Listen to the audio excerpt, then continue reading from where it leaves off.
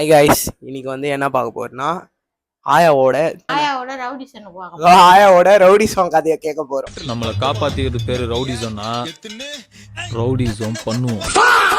நான் வந்து கல்யாணம் ஆகி போய் எங்க மாமியார் வீட்டுல இருக்கும்போது அடிக்கடி எங்க மாமியாருக்கும் அந்த வாசல்ல குடுத்தனக்காருக்கு சண்டை வந்துனே இருக்கும். சண்டை வந்துனே இருக்கும்போது வாய்க்கு வந்தபடி பேசுறாங்க. அப்போ மெத்த மேல நின்று எல்லாரும் பார்ப்பாங்க. எல்லாரும் பார்க்கும்போது அப்ப நான் கேட்பேன், என்ன இங்க வேடிக்கை பாக்குறீங்க?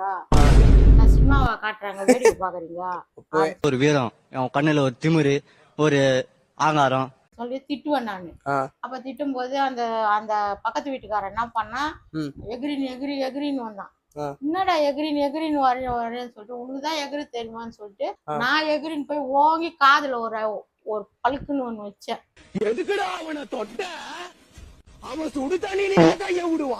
காதுலயே வச்சேன். அடிச்சுட்டு ரத்தம் வந்துச்சு.